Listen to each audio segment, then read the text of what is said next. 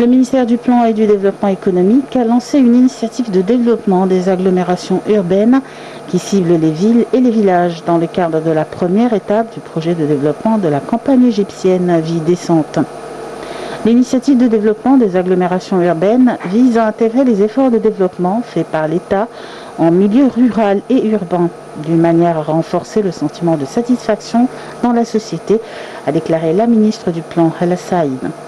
Et d'ajouter que l'initiative s'inscrit dans le cadre d'un certain nombre d'initiatives et de programmes de développement sur lesquels se concentre le plan d'investissement pour l'exercice financier 2022-2023. En coopération avec les autorités concernées, le ministère du Plan cherche en permanence à lancer des initiatives et des programmes de développement de nature à répartir équitablement les investissements entre les différentes régions et de les maximiser d'une manière à contribuer à réaliser la vision d'Égypte 2030, a-t-elle expliqué. L'initiative concerne environ 75 agglomérations urbaines situées dans les gouvernorats concernés par la première étape et qui sont au nombre de 20, a noté la ministre du Plan et du Développement économique, soulignant qu'environ 4 millions de citoyens bénéficient de l'initiative. Les Nations Unies ont inclus l'initiative présidentielle Vie décente dans les projets de la plateforme de partenariat pour les objectifs de développement durable de l'organisation. Dans son rapport, l'ONU a salué sa contribution à atténuer les effets négatifs de la pandémie du Covid-19 en améliorant le niveau de vie des sociétés rurales les plus nécessiteuses, en créant des offres d'emploi et en fournissant les services essentiels et les aides aux familles défavorisées.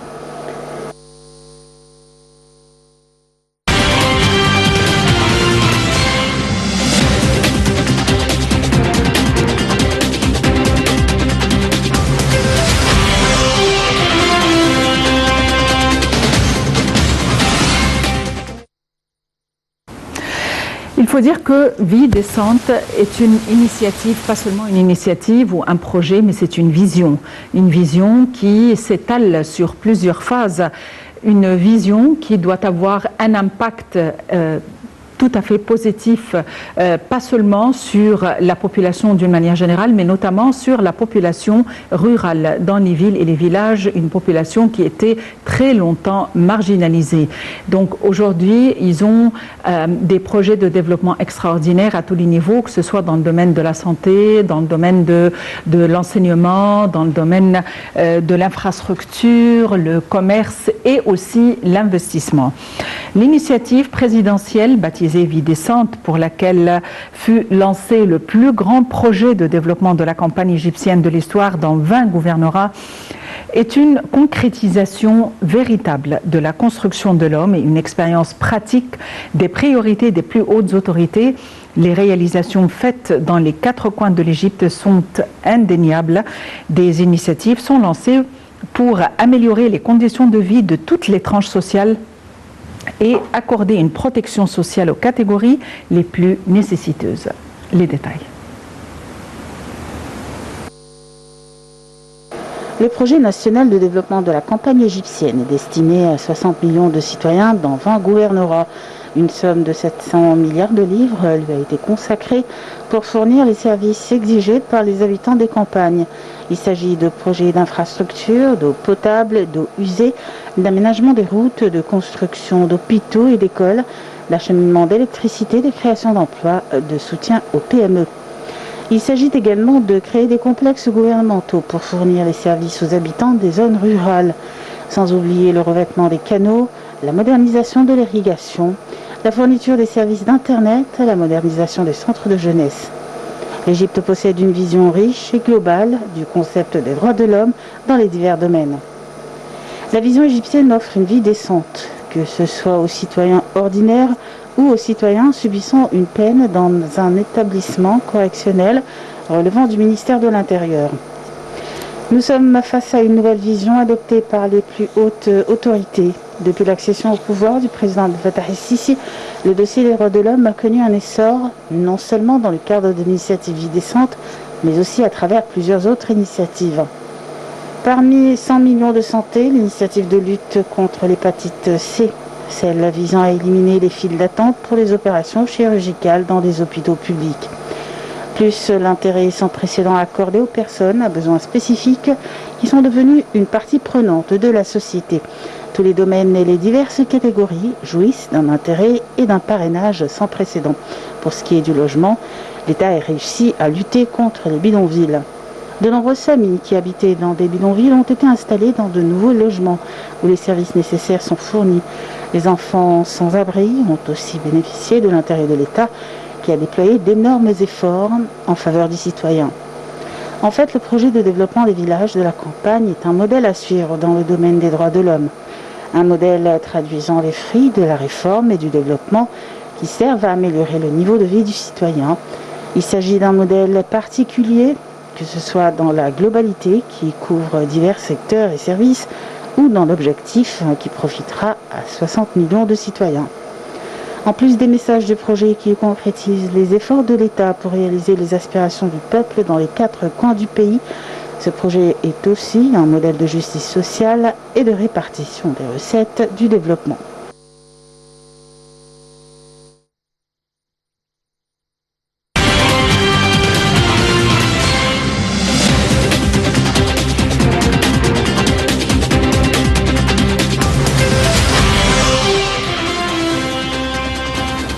Et pour nous donner plus d'éclaircissements concernant le secteur de la santé, nous avons le plaisir d'avoir en ligne Dr Nadia Gris, qui est consultante en psychiatrie.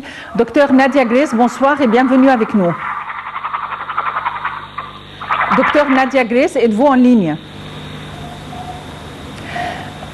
Dr Nadia Gris, vous êtes consultante en psychiatrie, êtes-vous en ligne? Apparemment, il y a un incident technique. Nous voulons jeter la lumière sur le développement du secteur de la santé, notamment le domaine psychiatrique, étant donné que ceci est vivement relié à l'idéologie et à la manière dont cette tranche sociale et de la manière dont cette population, la population de la Haute-Égypte, voit les choses, étant donné que c'est un domaine qui est relativement délicat. Docteur Nadia Gris, vous êtes consultante en psychiatrie, êtes-vous en ligne? Apparemment là, il y a toujours un incident technique et nous allons vous retrouver dans quelques instants. À tout de suite.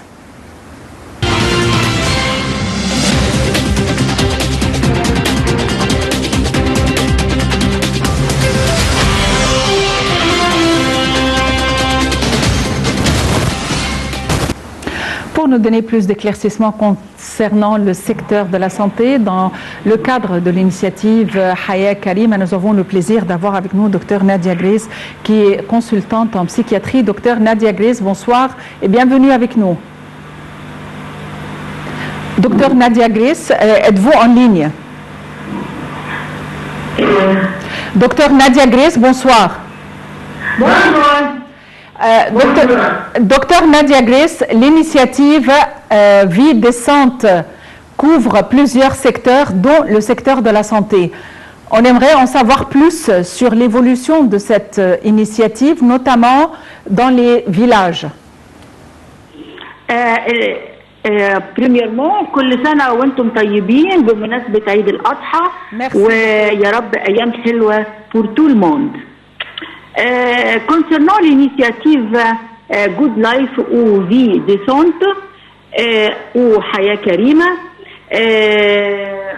ce n'est pas la première initiative présidentielle, mais il y avait beaucoup des initiatives présidentielles qui soucient également de la santé du citoyen égyptien.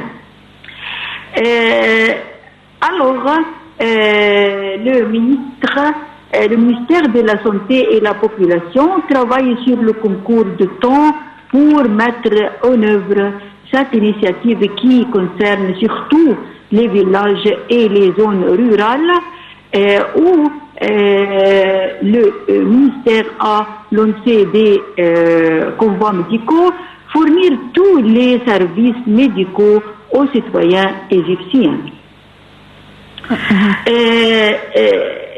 Aussi, le ministère de la Santé et de la Population travaille pour développer les hôpitaux et les unités de santé. Alors, le patient ou le citoyen peut avoir tous les services médicaux qui se trouvent dans les régions urbaines. Le patient ne supporte pas la pénibilité de voyager pour obtenir un service médical distingué qui ne trouve pas dans son région. D'accord? Est-ce que vous m'écoutez ou non? Oui, je vous écoute, docteur Nadia Grace.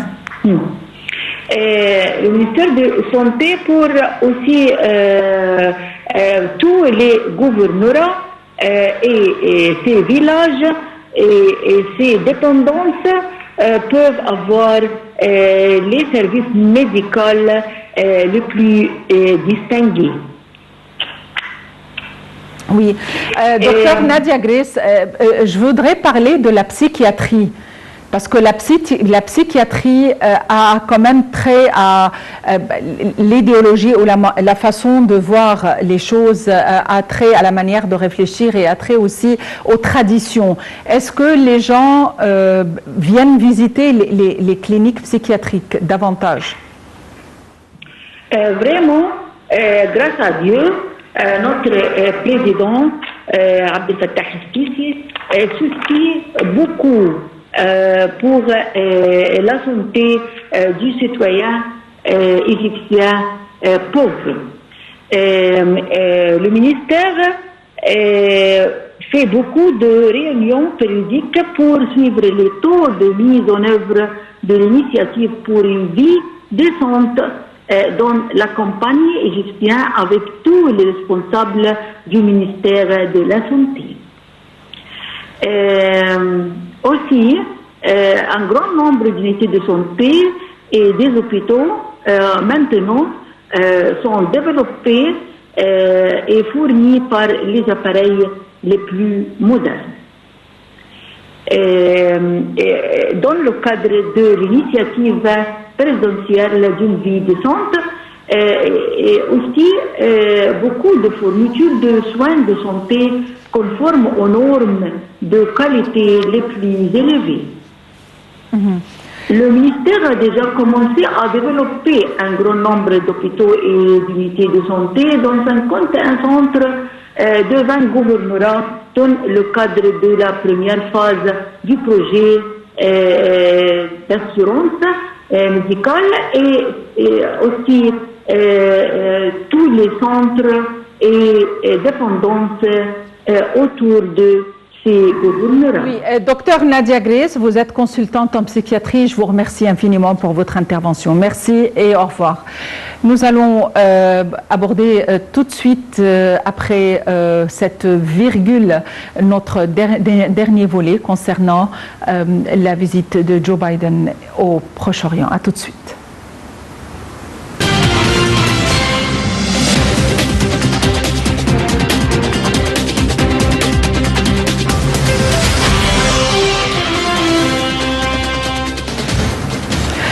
Et pour nous donner plus d'éclaircissements concernant la visite du président américain Joe Biden au Proche-Orient et les États-Unis et Israël qui ont fait un front commun malgré leurs divergences aujourd'hui sur les moyens pour s'assurer que l'Iran ne se dote jamais de l'arme nucléaire. Pour nous donner plus d'éclaircissements, nous avons le plaisir d'avoir en ligne Dr Essam Abdel Fattah qui est professeur d'analyse de discours politique. Dr Essam Abdel Fattah, bonsoir et bienvenue avec nous. Docteur Essam Abdel Fattah, êtes-vous en ligne? Moi, je n'entends rien. Je n'entends rien du tout. Hein. J'ai entendu mon nom, ça, mais je n'entends rien. Docteur Essam Abdel Fattah, le président américain Joe Biden est au Proche-Orient. Et tout d'abord, à votre avis, quel est l'intérêt de cette visite? Eh bien, j'ai mal entendu la question, en tout cas, mais j'en entends très faiblement. Je ne sais pas quelle est la raison, mais de toute manière, eh bien, en ce qui concerne la visite de Biden au Moyen-Orient, on sait très bien que Biden, d'abord sa visite actuellement en Israël, puis après il fera une tournée qui le mènera vers l'Arabie Saoudite, Et on sait très bien que les thématiques qui feront l'objet de discussions, des entretiens sont différentes. En ce qui concerne Israël, à titre d'exemple, maintenant il s'engage, moi je l'ai vu certainement, c'est-à-dire à l'aéroport, il s'engage en fait à respecter simplement les principes, enfin le sionisme en général, ça c'est lorsqu'il a rencontré le Premier ministre israélien. Et puis après, c'est qu'il s'engage aussi, il a dit simplement, il exprime son soutien indéfectible et inébranlable à Israël et au sionisme. Ça, c'est une chose. Alors maintenant, il va certainement, et puis après, il a exprimé aussi, c'est-à-dire que lorsqu'il s'adresse au Moyen-Orient, il a parlé en fait de son engagement à la solution à 2 États. Mais on sait très bien que Israël refuse complètement cette solution actuellement. Et c'est étant donné que la solution à 2 États jusqu'à maintenant est toujours controversée et toujours discutable pour Israël. En Arabie Saoudite, ce qui le préoccupe, et disons ça, on le verra certainement, la question qui le préoccupe, c'est quoi? C'est d'abord 2 choses. Le pétrole, le carburant. On sait très bien qu'aux États-Unis, actuellement, il y a une certaine crise économique et aussi une crise sécuritaire, parce qu'on a vu, par exemple, une vague de fusillades qui a envahi les États-Unis, et certainement, il est dans une situation très critique. Et actuellement, on sait très bien que le soutien des Américains à Biden, on sait très bien qu'il a été beaucoup affecté. D'abord, donc, pour le pétrole, ça c'est un sujet phare, un sujet important pour Biden aux États-Unis, en Arabie Saoudite. Et le deuxième sujet, certainement l'Iran. L'Iran préoccupe Israël. Je pense que ça c'est le point commun ou le thème commun entre les 2 types d'entretien. Entretien avec Israël, avec les responsables israéliens, entretien avec les Saoudiens. Voilà, ça c'est pour la tournée. Mais à quel point cette tournée pourrait toujours déboucher sur un succès diplomatique, ça il y a beaucoup de points d'interrogation et il y a aussi des doutes actuellement. Étant donné que c'est cette contradiction entre, cette ambiguïté de l'attitude de Biden, d'abord vis-à-vis à Israël, et puis après vis-à-vis aussi au problème palestinien. Et actuellement, c'est que après même le meurtre de Sherine, c'était la journaliste de BBC, on sait très bien qu'Israël simplement a reconnu en fait ce meurtre, mais simplement il dit que c'est un meurtre qui n'est pas intentionnel, ce qui certainement pourrait se présenter comme une excuse aux soldats israéliens qui a tiré sur Sherine. Vous voyez, la situation en fait est très compliquée. Est-ce qu'il continue toujours... Allô? Oui, Israël et les États-Unis, à votre avis, continuent toujours d'avoir peur du nucléaire iranien? Est-ce que pour eux, le nucléaire iranien continue toujours d'être vraiment le monstre qu'ils appréhendent? Excusez-moi, j'entends rien. J'entends rien du tout. Ma question porte sur le nucléaire iranien. À votre avis... Le dossier iranien actuellement, c'est-à-dire préoccupe actuellement l'Arabie Saoudite, c'est-à-dire qu'il y a dans sa guerre contre les Houthis, ça c'est une chose, et puis après on sait très bien que actuellement que l'arme iranienne menace Israël. Et ça c'est une chose, c'est un danger pour Israël. Et l'Iran en fait peur aux Israéliens. Et aussi constitue un grand danger pour les pays arabes, étant donné qu'on a trouvé que beaucoup d'armes entre les mains des Houthis qui proviennent de l'Iran. Et donc, mais est-ce que vous savez très bien que les accords ou les entretiens entre les responsables américains et aussi avec les Iraniens à Genève, enfin les conventions de Genève, actuellement se heurtent à beaucoup de problèmes. Et la diplomatie iranienne, en fait, a fait preuve de succès vis-à-vis des pays quand même européens, parce qu'étant donné que actuellement l'arme iranienne préoccupe non seulement les États-Unis, mais aussi l'Europe et tout entier. Et jusqu'à maintenant, simplement la diplomatie, enfin les conventions ou les accords se trouvent vraiment en difficulté. Docteur Essam Abdel Fattah, vous êtes professeur d'analyse de discours politique. Merci d'avoir été avec nous aujourd'hui. Eh bien, aujourd'hui, nous avons passé en revue l'allocution du Premier ministre, Dr Moustapha Madbouli, à la ville d'El Alamein, selon laquelle le gouvernement suivrait de très près les besoins du citoyen égyptien et ferait tout pour améliorer le niveau de vie. Et par la suite, l'initiative Vie décente vient parmi les étapes entreprises par le gouvernement pour améliorer la vie des citoyens, notamment ceux qui étaient retranchés dans les sociétés urbaines et qui étaient, durant les décennies précédentes, longuement marginalisés. Aussi, nous avons jeté la lumière sur la visite qu'effectue à l'heure actuelle le président américain Joe Biden au Proche-Orient. Merci de nous avoir suivis. Très bonne fin de soirée à tous. Bon week-end et à la prochaine.